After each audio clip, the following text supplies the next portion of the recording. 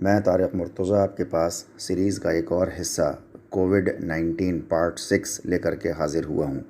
اس سے پہلے کہ 5 پارٹس میں ہم یہ جاننے کی کوشش کر چکے ہیں کہ اس دنیا میں اللہ سبحانہ وتعالیٰ کا پروگرام کیا ہے اور وہ اس کو پورا کرنے کے کیا اصول بتاتے ہیں۔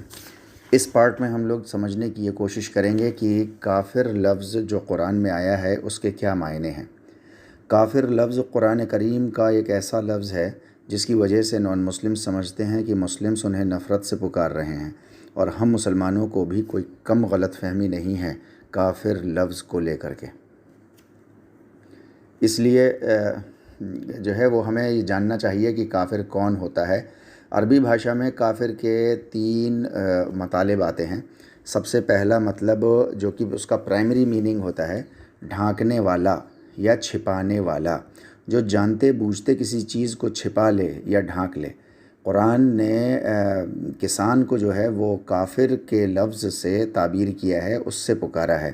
سورہ حدید کے اندر سورہ نمبر 57 اور آیت نمبر 20 میں اللہ سبحانہ وتعالیٰ نے ارشاد فرمایا کمثل غیث اعجب الکفار نباتہ، اس کی مثال ایسی ہے جیسے بارش کے آنے سے کافر یعنی کسان یعنی جوتنے والا خوش ہوتا ہے۔ دیکھیے یہاں پر اللہ سبحانہ وتعالیٰ نے کسان کو کافر لفظ سے اس لیے تعبیر کیا ہے کیونکہ کسان جو ہے کرتا کیا ہے، جانتے بوجھتے کسی کام کے نتیجے میں وہ بیج کو زمین کے اندر ڈھانکتا ہے، بیج کو زمین کے اندر چھپاتا ہے، اس لیے جو ہے وہ کافر کو کسان کو بھی کافر کہتے ہیں۔ اس کے علاوہ اس کے دوسرے 2 اور میننگ ہوتے ہیں جو کہ اس کے سیکنڈری میننگ ہیں، جانتے بوجھتے کسی بات کا انکار کر دینے والا، اور تیسرا اس کا میننگ ہوتا ہے ناشکری کرنے والا۔ قرآن کی روح سے ہر غیر مسلم کافر نہیں ہوتا، یہ بات ہمیں بہت اچھے سے سمجھ لینی چاہیے۔ یہ ہماری بہت بڑی غلط فہمی ہے کہ ہم ہر نان مسلم کو کافر سمجھ لیتے ہیں۔ جن کے پاس اللہ سبحانہ وتعالیٰ کا پیغام اس درجے میں پہنچ چکا ہے کہ وہ پوری طرح سے سیٹسفائیڈ ہوں کہ یہ پیغام تو حق ہے، قرآن انہیں کافر نہیں کہتا بلکہ غافل کہتا ہے۔ میں ایک بار پھر سے دہرا دوں، جن کے پاس اللہ سبحانہ وتعالیٰ کا پیغام اس درجے میں نہیں پہنچا کہ وہ پوری طرح سے سیٹسفائیڈ ہوں کہ یہ پیغام حق ہے یا نہیں، تو قرآن انہیں کافر نہیں کہتا بلکہ غافل کہتا ہے۔ دیکھیے سورہ یاسین کے اندر سورہ نمبر 36 اور آیت نمبر 6 کے اندر اللہ سبحانہ وتعالیٰ ارشاد فرماتے ہیں لِتُنذِرَ قَوْمًا مَا أُنذِرَ آبَاؤُهُمْ فَهُمْ غَافِلُونَ، تاکہ تم ان کو وارن کرو، ان کو ڈراؤ جن کے آب و اجداد ابھی وارن نہیں کیے گئے، کیونکہ اس لیے یہ غافل ہیں۔ یعنی تو قرآن کے فیصلے کے مطابق ہر وہ شخص کافر ہوگا جو کچھ کنڈیشنز پوری کرتا ہو۔ وہ کیا کنڈیشنز ہیں وہ ہم ایک ایک کر کے بات کریں۔ نمبر 1 کنڈیشن، اس کے پاس اللہ سبحانہ وتعالیٰ کا پیغام پہنچ جائے۔ نمبر 2، صرف اللہ سبحانہ وتعالیٰ کا پیغام پہنچ جانا ضروری نہیں ہے بلکہ وہ شخص اس بات کا دل سے قائل بھی ہو جائے کہ بات تو یہی صحیح ہے۔ تیسری کنڈیشن، اگر اس تک بات تو پہنچ رہی ہے مگر اس کے دل کو کسی بھی وجہ سے اطمینان نہیں ہو رہا ہے کہ یہ پیغام حق ہے بھی کہ نہیں، تو وہ کافر نہیں کہلائے گا۔ چوتھی کنڈیشن، ہاں بات پوری طرح سے اگر اس کے دل کو اطمینان ہو جائے اور پھر بھی وہ بات کو چھپا لے یا انکار کر دے یا اس چیز کی ناشکری کر دے، تو وہ شخص کافر کی کیٹیگری میں آئے گا، ورنہ ہرگز وہ کافر نہیں کہلائے گا۔ اب ہم خود فیصلہ کریں کہ ہم جن ہندو بھائی بہنوں کو یا کسی بھی نان مسلم کو اپنے چاروں طرف کافر سمجھتے اور کہتے چلے آ رہے ہیں، کیا حقیقت میں ان تک اللہ سبحانہ وتعالیٰ کا پیغام اس درجے تک پہنچ گیا ہے کہ ان کے دل اس بات کے لیے سیٹسفائیڈ ہوں کہ بات تو یہی صحیح ہے؟ اگر پیغام پہنچ گیا ہے اور انہوں نے اظہار بھی کر لیا ہے کہ بات یہی صحیح ہے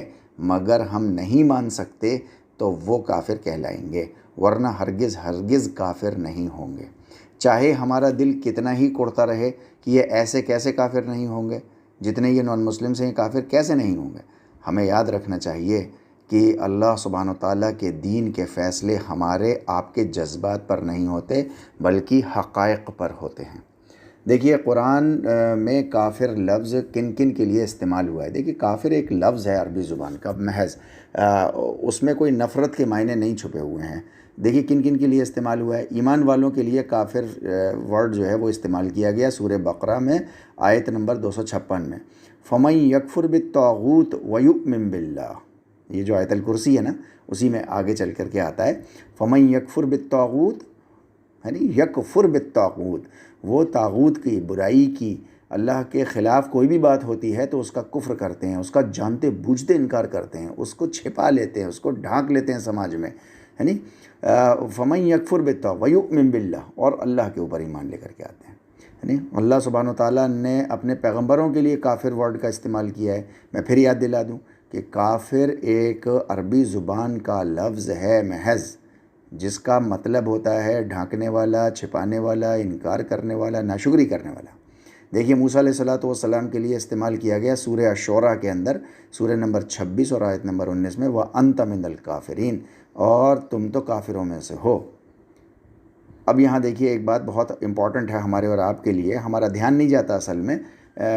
کہ ہم خود اپنی دعاؤں میں اللہ سبحانہ و تعالیٰ کے لیے کافر لفظ کا استعمال کرتے ہیں. اپنی دعاؤں میں اللہ کے لیے کافر لفظ کا استعمال کرتے ہیں. سورہ آل عمران میں سورہ نمبر 3 آیت نمبر 193 میں ربنا فاغفر لنا ذنوبنا وکفر عنا سیئاتنا، اے ہمارے رب ہماری مغفرت فرمانا اور ہماری سیئات، ہماری برائیوں کو، ہماری بری حرکتوں کو چھپا لیجئے گا، جانتے بوجھتے ڈھانک لیجئے گا، ان کا انکار کر دیجئے گا، ان کو ریجیکٹ کر دیجئے گا.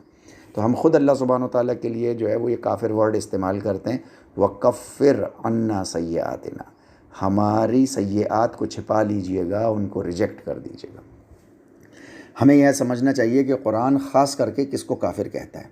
قرآن سورہ مائدہ کے اندر سورہ نمبر 5 اور آیت نمبر 44 میں ارشاد فرماتے ہیں اللہ سبحانہ وتعالیٰ وَمَن لَّمْ يَحْكُم بِمَا أَنزَلَ اللَّهُ فَأُولَٰئِكَ هُمُ الْكَافِرُونَ، یعنی جو لوگ اس سے اپنے فیصلے نہیں کراتے جو اللہ نے نازل کیا ہے تو وہی لوگ تو کافر ہیں.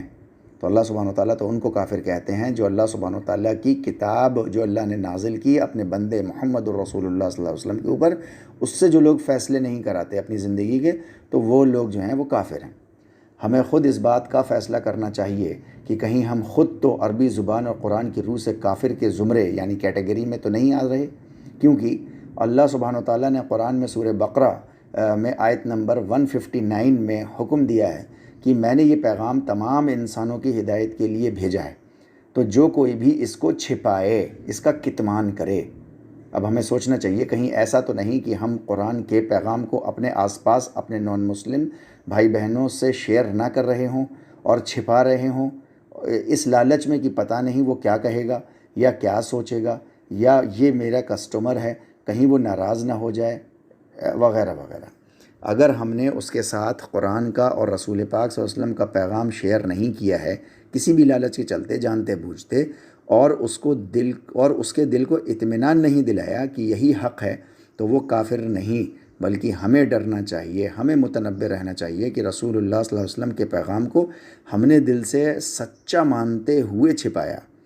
یعنی یا ان کے اس حکم کا ہم نے جانتے بوجھتے انکار کر دیا جس میں انہوں نے ارشاد فرمایا کہ جا کر کے لوگوں کو بتا دو جن تک یہ پیغام نہیں پہنچا ہے. تو ہم نے اس بات کا انکار کر دیا رسول پاک صلی اللہ علیہ وسلم کی بات کا جانتے بوجھتے، جس میں انہوں نے ہمیں حکم دیا ہے کہ میرا یہ پیغام دنیا کے تمام لوگوں تک پہنچا دو، مگر ہم نے جانتے بوجھتے نہیں پہنچایا. دوسروں کے لیے فیصلہ کرنے سے پہلے ہمیں خود متنبہ ہو جانا چاہیے اپنے بارے میں. آئیے اس کووڈ-19 لاک ڈاؤن کے فیز میں اور رمضان کے اس مبارک مہینے کو آپسی دوریاں اور نفرتوں کو مٹانے کے لیے استعمال کریں اور اللہ سبحانہ و تعالیٰ کی کتاب کے الفاظ کو سمجھنے کی کوشش کریں. انشاءاللہ تعالیٰ اگلے کچھ پارٹس میں ہم لوگ انہی چیزوں کو سمجھنے کی کوشش کریں گے کہ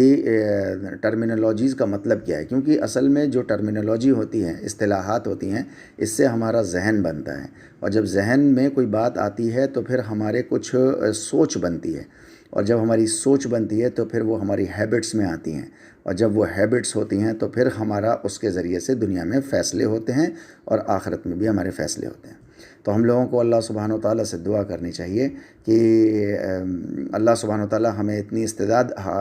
جو ہے وہ دے کہ ہم اللہ سبحانہ و تعالیٰ کی مدد کریں کہ ہر ضرورت مند تک اللہ کا بھیجا ہوا رزق اور باہری گائیڈنس پہنچا سکیں.